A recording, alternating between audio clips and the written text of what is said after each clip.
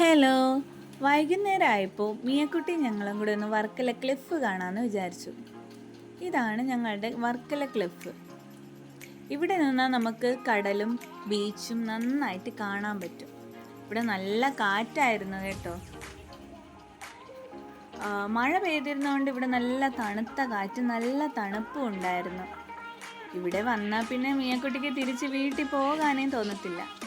Ice cream വേണമെന്ന് പറഞ്ഞ് അവൾ ഒരുപാട് വാശി പിടിച്ചു, പക്ഷെ ഞങ്ങൾ വാങ്ങിക്കൊടുത്തില്ല. അങ്ങനെ ഞങ്ങൾ ഹെലിപ്പാഡിലൊക്കെ അങ്ങോട്ടും ഇങ്ങോട്ടും നടന്നു. നല്ല തണുത്ത കാറ്റ് വീശിക്കൊണ്ടേയിരുന്നു. എന്ത് ഭംഗിയാണെന്നറിയുമോ ഇവിടെ നിന്ന് കാണാൻ കടല്. ഇവിടെ വന്നിട്ടുള്ളവരൊന്ന് കമൻറ്റ് ചെയ്തേക്കണേ.